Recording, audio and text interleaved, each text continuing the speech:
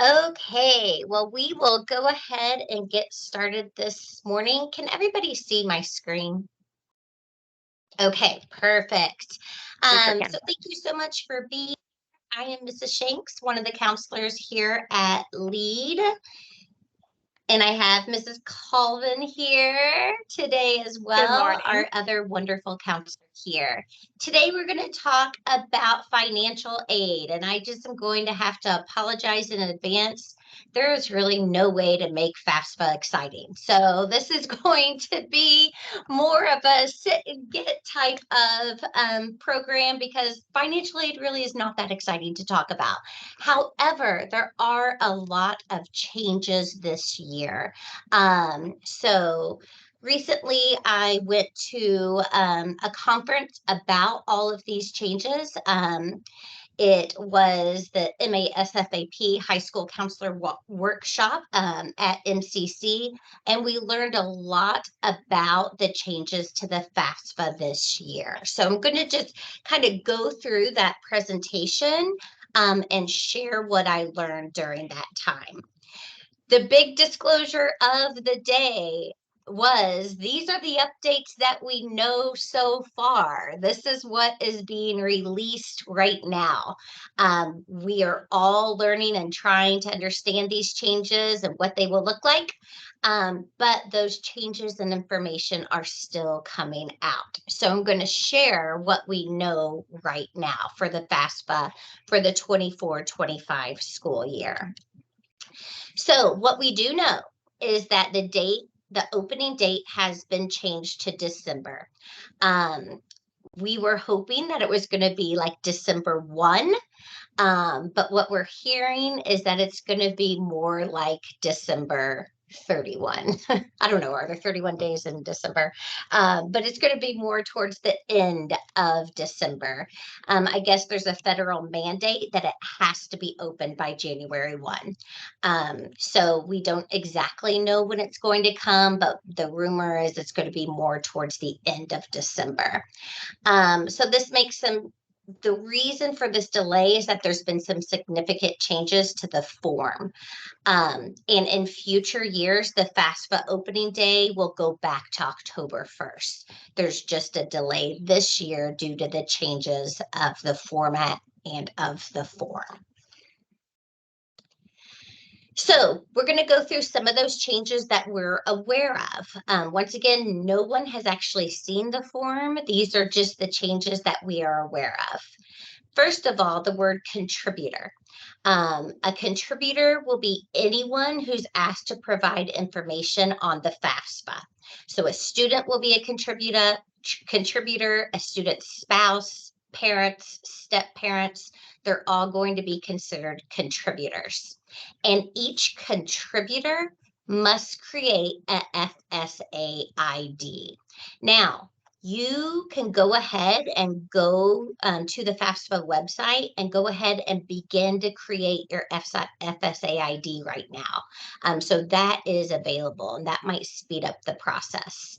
But everyone who will contribute to the FAFSA will need an FSA ID. And so that is an online thing.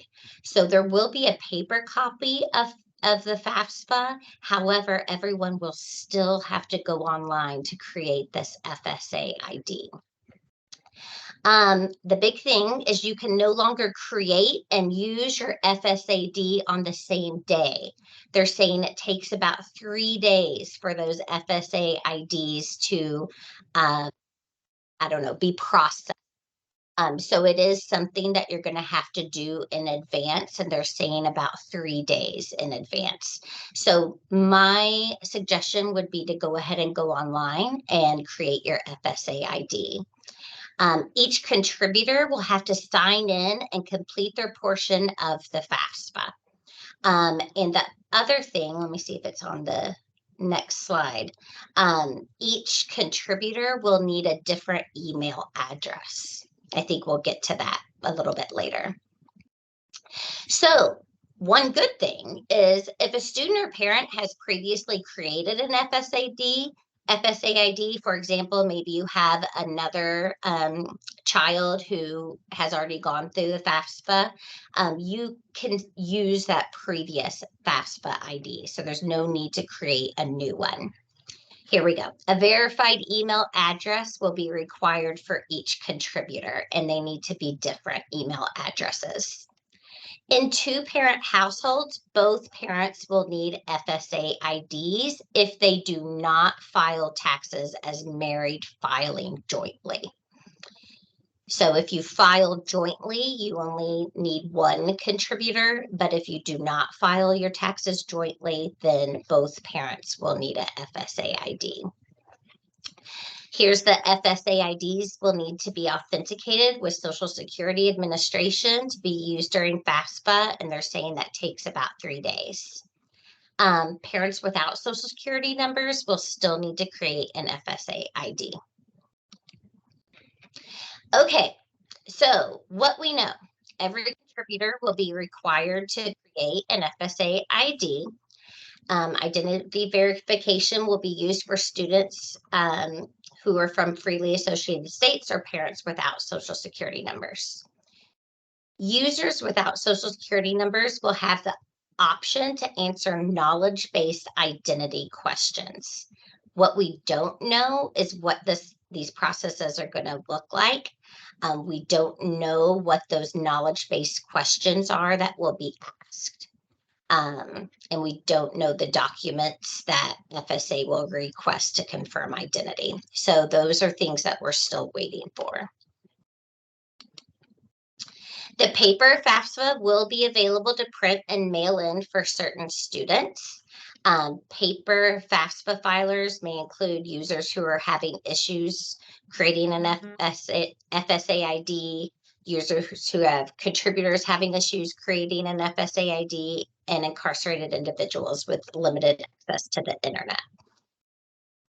Those paper FAFSAs have a slower processing time than those who complete an online FAFSA. Even with the paper FAFSA signature will still be needed to confirm identity, and that will be an online signature. So there's still an online portion that has to be done.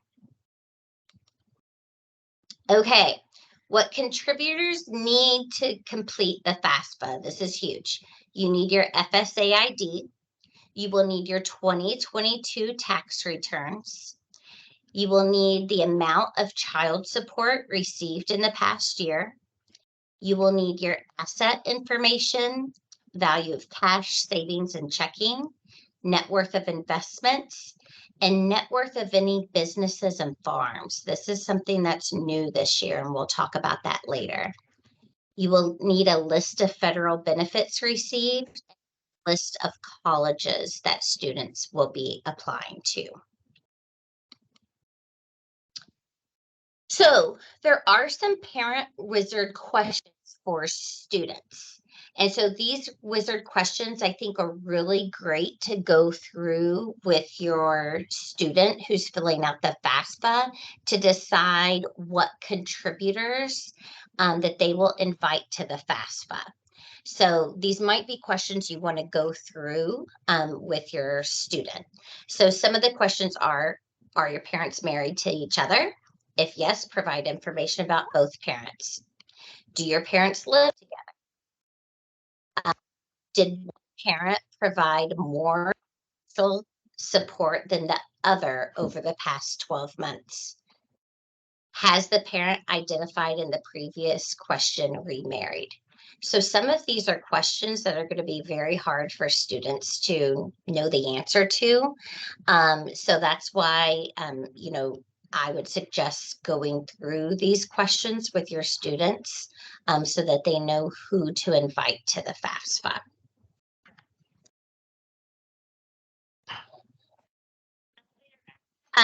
Replacing the IRS data retrieval tool is the Direct Data Exchange, the DDX.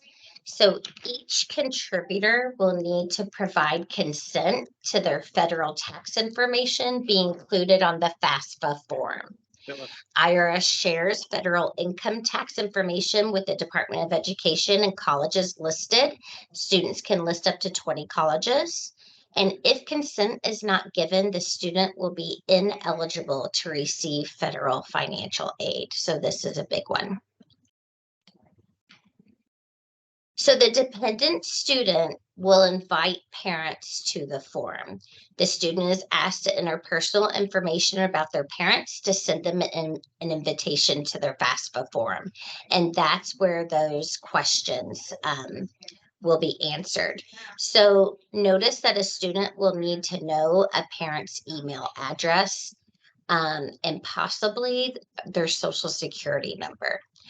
That's going to be information that, I mean, I have a junior in high school. He has no clue what my social security number is. I'm sure he doesn't even know his own social security number. So there's a lot of information that students just don't know. So we will need to prepare this information for our students as they are getting ready to fill out the FAFSA. Guidance on inviting parents. Parent invite must match legal name, date of birth, and social security number or mailing address if they don't have a social security number. Email address provided for contributors does not need to match the one used for the FSA ID. I think it would be easier that way, but I skipped one. Only one parent information is needed to progress through the form. The second parent can be invited by the first parent contributor if needed. Issues with match must be fixed by student. So if a student misspells a contributor's name or types in a social security number or birthday incorrectly, that will pop back up and the student will have to go back in and fix that. Parents don't need an email invite to see contribution option if name, date of birth, and social security number match their FSA ID. So once again, the suggestion would be your FSA. That's fine. I'll make sure I get something from every department.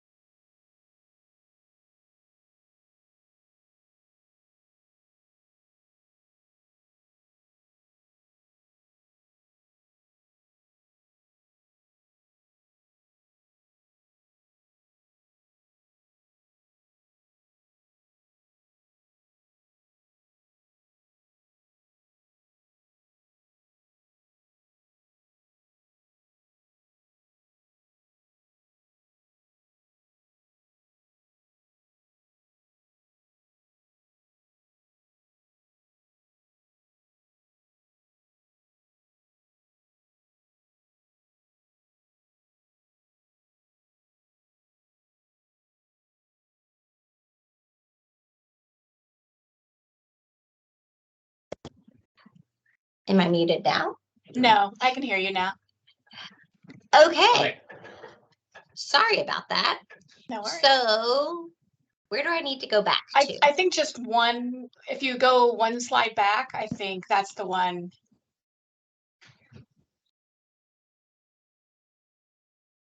I'm going to take off my headset and see if that helps.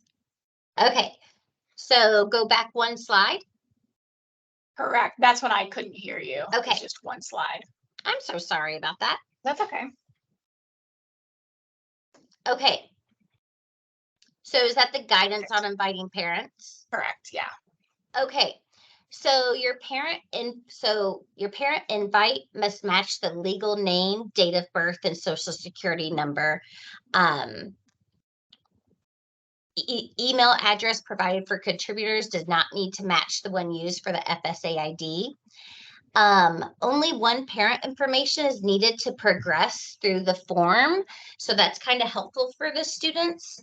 The second parent can be invited by the first parent contributor if needed.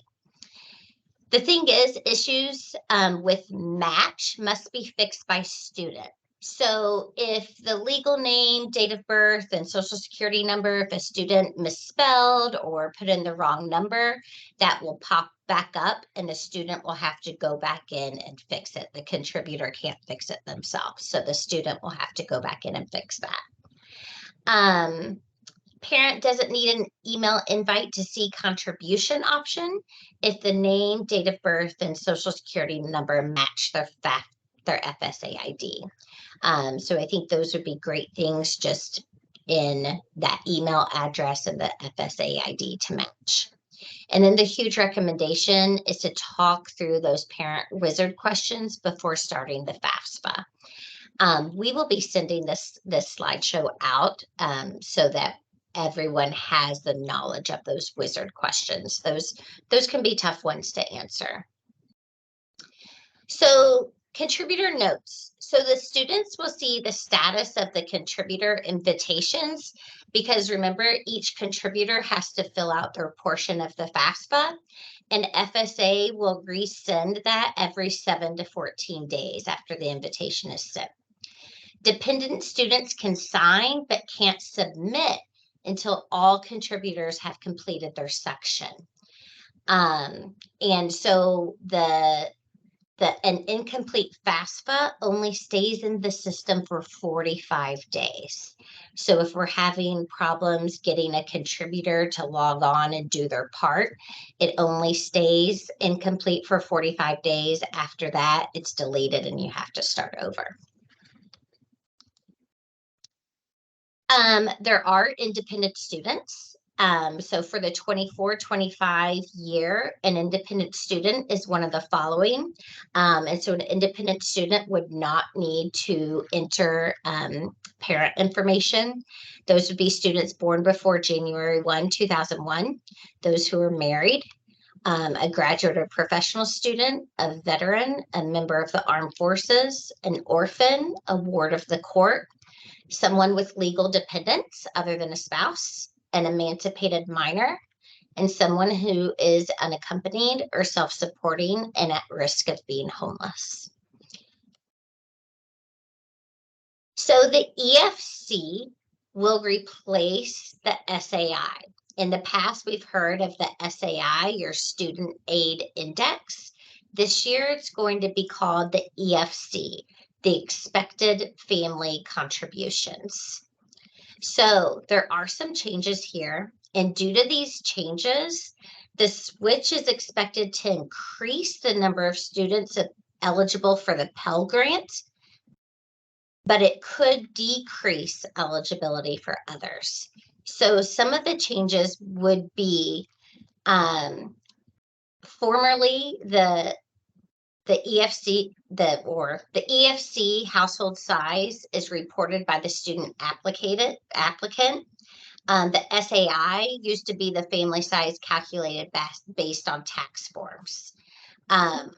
So sometimes your family size changes from one tax year to the next. And so that's a change there. This year, the number in college impacts the EFC. Number in college on the SAI, the number in college no longer considered in the SAI. Business and farms with fewer than 100 employees were not counted as an asset. This year, businesses and farms of any size are counted as an asset. And in the past, the lowest EFC is 0. And this year, the lowest SAI is negative 1,500. So there are some differences this year. And so I said that backwards. The SAI will replace the expected family contributor. So we're looking for that SAI. So there's 3 ways to qualify for the Pell Grant. The maximum Pell Grant are students with a SAI between 1,500 and 0. The second way is the SAI calculation. If a student doesn't qualify for the max or minimum Pell Grant, there's an equation that will help. And then the minimum Pell Grant is for students who SAI is greater than the maximum Pell Grant. may be eligible based on family size, adjusted gross income, and poverty guidelines. So there are 3 different ways to qualify for the Pell Grant. Contributor assets. This is another big one. So families with an adjusted gross income greater than $60,000 will be required to report asset information. Child support received will only need to be reported if required to report assets. So if the AGI is less than 60,000, you don't need to report the child support. If the AGI is higher than 60,000, you do need to report the child support. Districts that offer 100% free or reduced lunch price families should select they receive that benefit. This will make them exempt from reporting assets if they receive this benefit in 22 or 23. This is one that there's still a lot of questions around because it is a change from last year, and it's that small business farm net worth.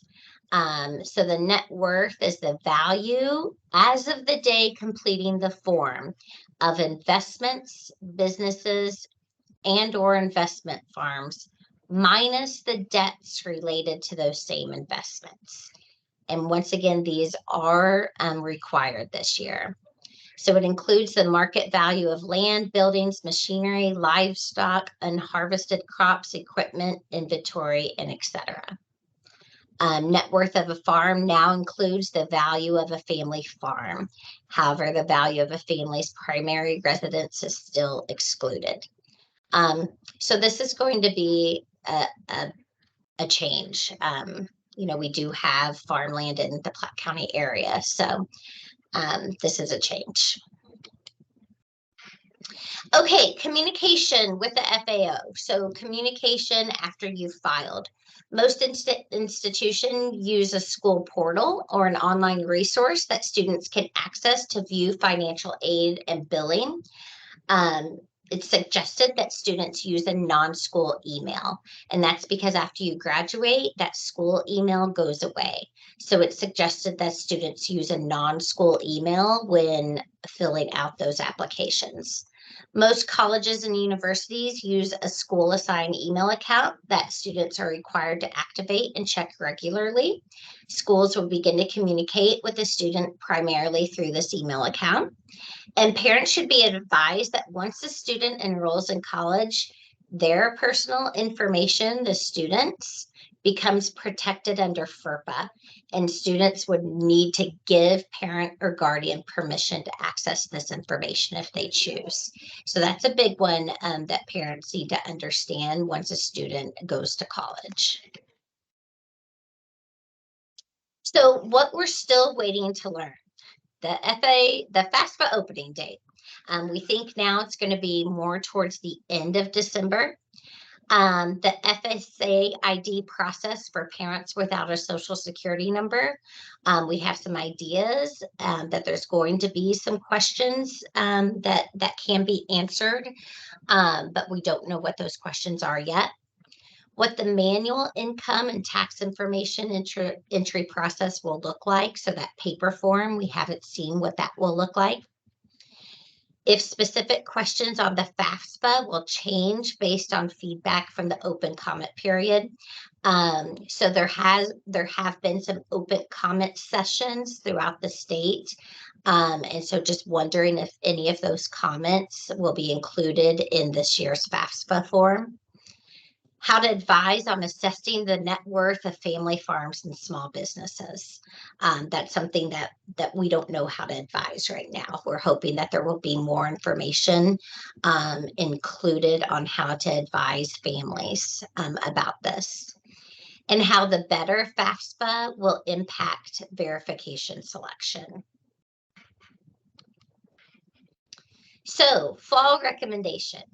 Have students create a My Scholarship Central account and complete the general application. Basically, that just means like to have students go online and start completing all the information and scholarship information right now. You can go ahead and get on and create your FSA ID. So that starts now. So we have some ideas of some things that we're going to do at LEAD, but my suggestion is if you think that you will be a contributor, to go ahead and go on and get that FSA ID created. Things to address: the importance of filing early, assisting with email address creation, because each contributor must have a verified email address, and then assisting families with assessing the net worth of family farms and businesses. There were some spring recommendations, which we'll talk about what some of our ideas are for LEAD. Reminder that the Missouri priority deadline is February 1st. So that's not much time from when it opens to when the priority deadline is. Another one of our concerns is that we're under the belief that the FAFSA is probably going to open while most schools are on winter break. And schools will not be in session during that time. So what we will do is just send out that communication as soon as we get back, that window is open. Hopefully, maybe we'll get information that the FAFSA is going to open prior to winter break, but we're thinking it's probably going to open while most people are on winter break. So you can go ahead and just check while you're on winter break to see if it's open. But we won't be communicating until we come back from winter break, because we won't be in school.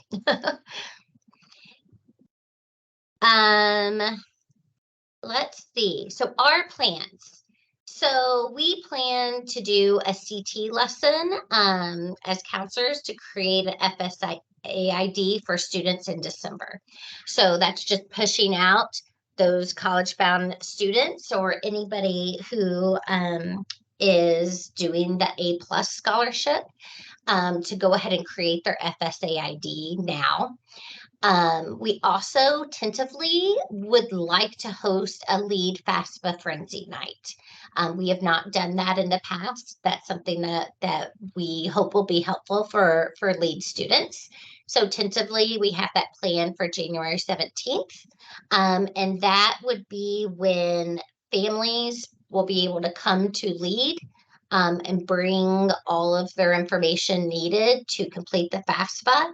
And we'll have some FAFSA people on site to kind of help and answer questions.